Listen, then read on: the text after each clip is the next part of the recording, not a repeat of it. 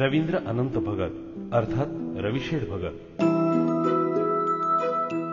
शेतकरी कामगार पक्षाचा एक सामान्य कार्यकर्ता ते कळंबोली ग्रामपंचायतीचा सरपंच असा प्रवास करणाऱ्या रवींद्र भगत यांचा आज वाढदिवस। या वाढदिवसाच्या निमित्ताने त्यांच्या आजपर्यंतच्या सामाजिक आणि राजकीय वाटचालीचा हा लेखाजोखा।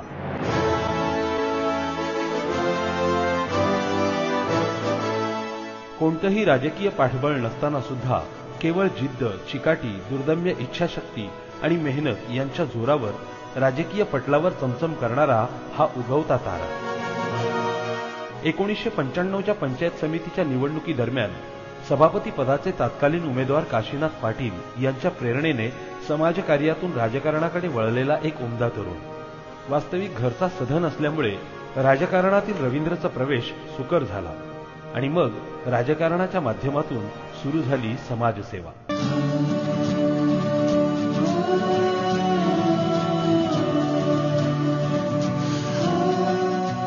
सर्वप्रथम पुरोगामी युवक संघटनेचा कळंबोली विभागीय उपाध्यक्ष म्हणून काम करताना कळंबोलीमधील विविध नागरी समस्या सोडविण्यापासून ते युवकांना रोजगार मिळवून देण्यासाठी प्रयत्न करणाऱ्या रवींद्र भगतांनी आपल्या विभागातील सर्व जाती धर्मांचा आदर करत जनतेच्या समस्या सोडविण्यावर भर दिला। मग कधी सिडको विरुद्धचे आंदोलन, कधी MIDC विरुद्ध दिलेला लढा किंवा कधी MSCB बरोबर झालेला संघर्ष आपले राजकीय गुरु आमदार विवेक पाटील, शेकापचे जिल्हा चिटणीस बाळाराम पाटील, काशीनाथ पाटील आदींच्या मार्गदर्शनाखाली काम करताना रवींद्र भगत यांनी प्रत्येक प्रश्न धसास लावण्याचा प्रामाणिक प्रयत्न केला। अर्थात या कामी त्यांना पंचायत समितीचे माजी सभापती गोपाळ भगत यांचे वेळोवेळी सहकार्य लाभले।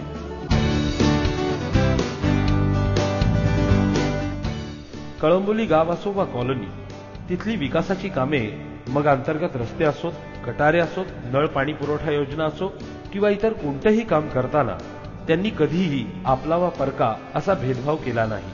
कळंबोलीच्या सुरक्षेसाठी CCTVचे जाळे उभारून इथल्या नागरिकांच्या रक्षणाप्रती आपण किती गंभीर आहोत हे रवींद्र भगत यांनी दाखवून दिले आहे। आपली भावी पिढी सुदृढ व्हावी या उद्देशाने कळंबोलीतील मैदानांसाठी ते नेहमीच सिडकोकडे आग्रही राहिले। त्यांची ही काम करण्याची तडफ आणि हातोटी पाहूनच पक्षश्रेष्ठींनी त्यांना कळंबोली ग्रामपंचायतीच्या सरपंचपदी बसविलं।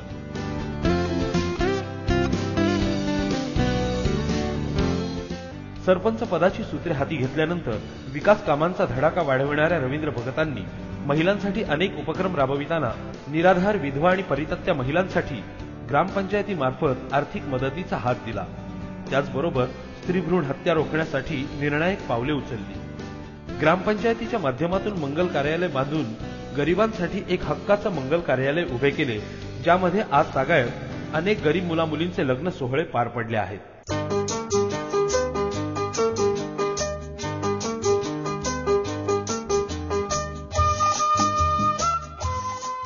अशा या ना त्या प्रकारे विकासाचा आणि समाजसेवेचा रती बोतणारा रवींद्र भगत यांचा आज वाढदिवस।